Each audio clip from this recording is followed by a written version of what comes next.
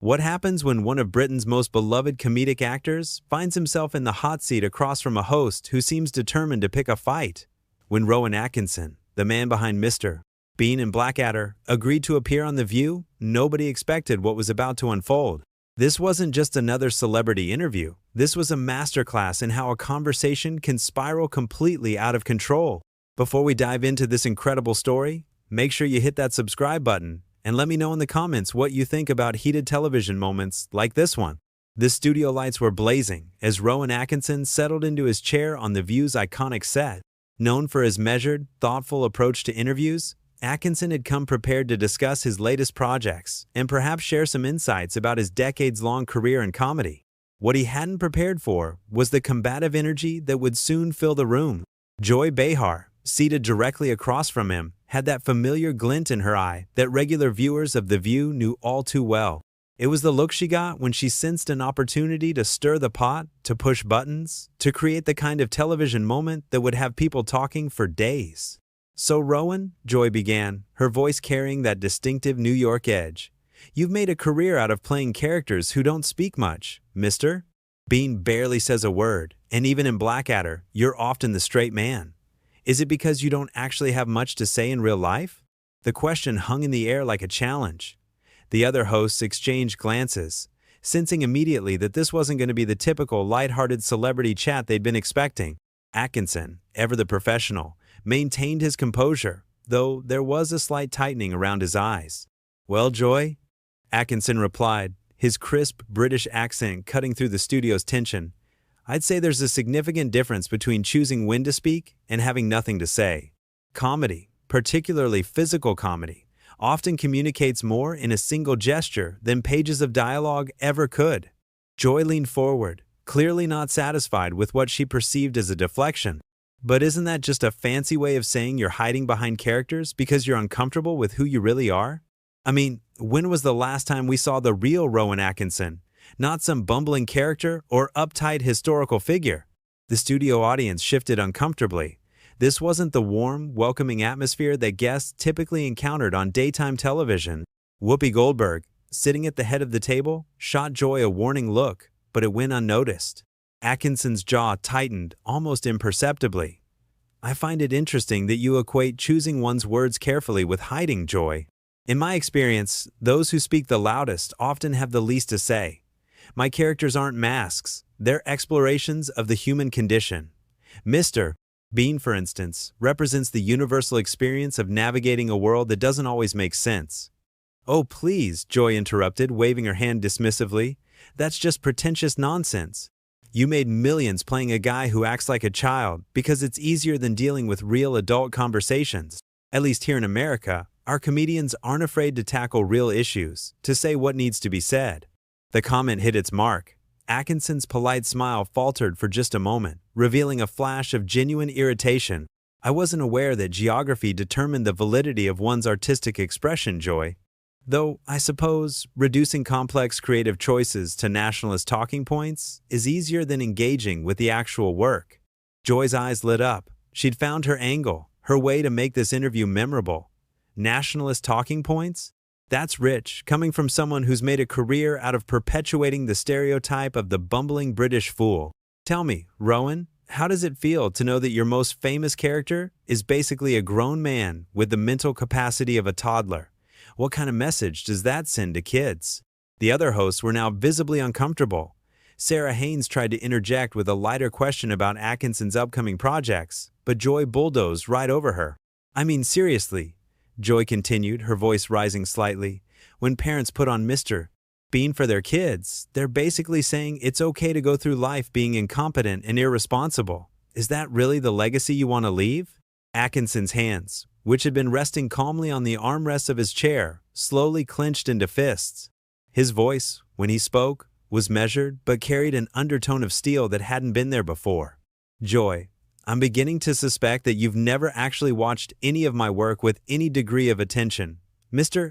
Bean's appeal lies not in incompetence, but in his unique problem-solving approach and his resilience in the face of everyday challenges.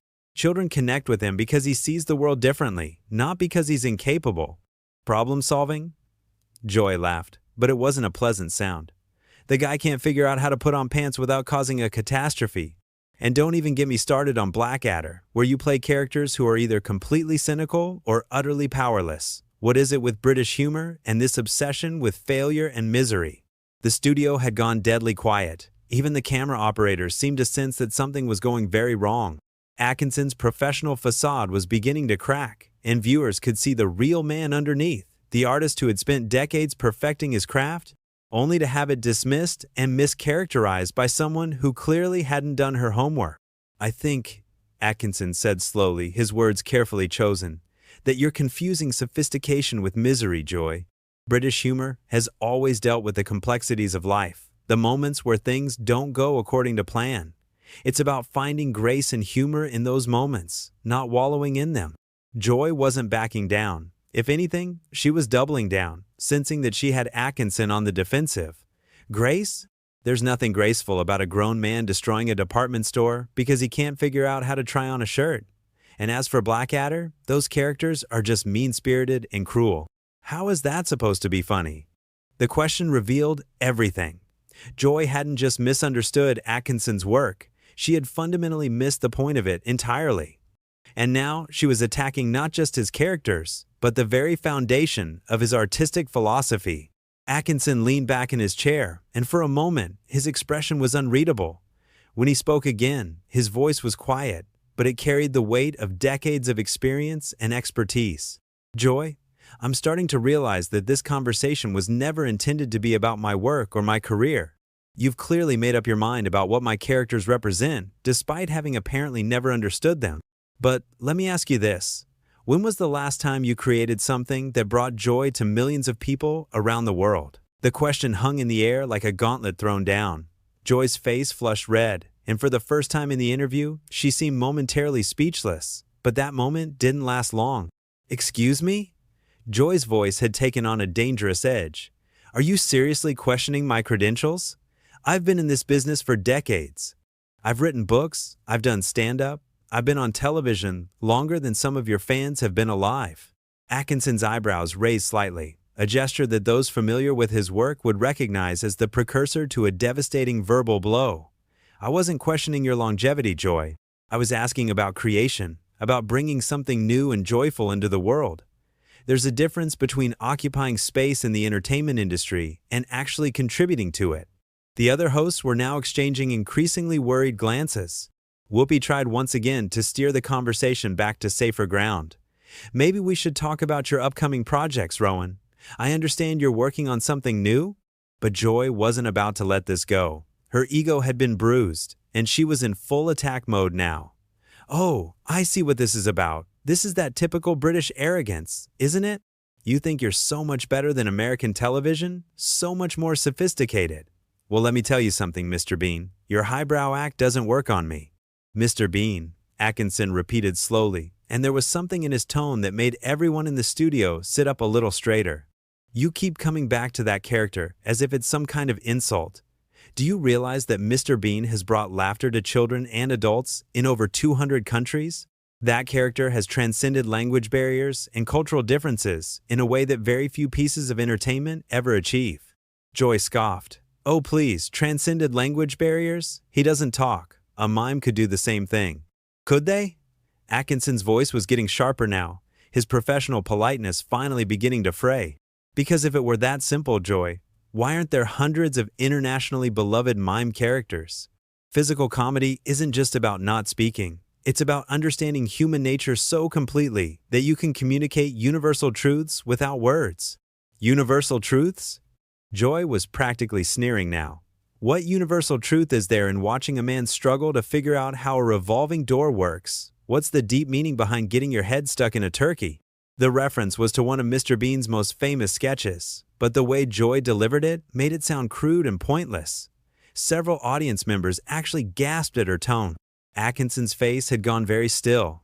When he spoke, his voice was quiet, but everyone in the studio could hear him perfectly. "The universal truth, Joy, is that we all struggle with things that seem simple to others. We all have moments where the world feels foreign and confusing. Mr. Bean resonates with people because he faces those moments with curiosity instead of cynicism, with persistence instead of giving up. He finds wonder in the ordinary and refuses to be defeated by life's small absurdities. That's just. Joy started, but Atkinson wasn't finished. And the fact that you can reduce that to a man with his head stuck in a turkey tells me everything I need to know about your capacity for understanding nuance. You see the surface and assume that's all there is. It's the intellectual equivalent of judging a book by its cover and then criticizing the author for your own inability to read. The studio was so quiet you could hear the hum of the air conditioning. Joy's mouth had dropped open slightly. She wasn't used to being spoken to this way, especially not on her own show. "How dare you?" she said, her voice shaking slightly with rage. "How dare you sit here and insult my intelligence? I've interviewed presidents, I've covered major news stories, You've done many things," Atkinson interrupted, and his interruption was so smooth and confident that it stopped Joy mid-sentence. "But I have to ask, in all of those interviews, in all of those news stories, did you approach them with the same level of preparation you brought to this conversation? Because if this is representative of your journalistic standards, I'm beginning to understand why American television has the reputation it does abroad." Joy's face was now bright red. "What is that supposed to mean? What reputation?" Atkinson smiled, but it wasn't a kind smile. It was the smile of someone who had just been handed the perfect opening. "Well, Joy, there's a perception internationally that American daytime television prioritizes conflict over content, noise over nuance. That it's more interested in creating viral moments than actually informing or entertaining its audience. I always assumed that was an unfair stereotype, but sitting here today, I'm starting to think it might be more accurate than I'd hoped." "You pretentious, arrogant." Joy started to rise from her chair, but Whoopi's hand on her arm stopped her. "Joy," Whoopi said firmly, "maybe we should take a breath here." But Joy shook her off. "No, I'm not going to sit here and let this pompous British snob insult me and my show and my country on national television." Atkinson leaned back in his chair, completely calm, despite the storm he'd unleashed. "I haven't insulted your country, Joy. I've made observations about a particular approach to television production, and I've pointed out that your criticism of my work seems to stem from a fundamental misunderstanding of what that work actually is. If you find those observations insulting, perhaps the problem isn't with the observations. The problem," Joy said, her voice rising to a near shout, "is that you think you're better than everyone else. You think your British sophistication makes you superior to us crude Americans." "Actually," Atkinson said, and his voice was maddeningly calm, "I think good comedy is good comedy, regardless of where it comes from. I think thoughtful entertainment can come from anywhere. But I also think that criticism should be informed, and interviews should be conducted with at least a basic understanding of the subject matter. These aren't particularly British expectations, Joy. They're professional ones." The other hosts were looking anywhere but at the confrontation unfolding in front of them. The audience was completely silent, sensing that they were witnessing something that was spiraling far beyond normal television boundaries. Joy stood up abruptly, her chair rolling backward. "I don't have to sit here and listen to this. This is my show, and I won't be talked down to by some has-been comedian who peaked 20 years ago with a character who can't even speak." Atkinson's composure finally cracked, not into anger, but into something worse, a cold disappointment that was somehow more devastating than any shout could have been. "Has been?" he said quietly, rising slowly from his own chair.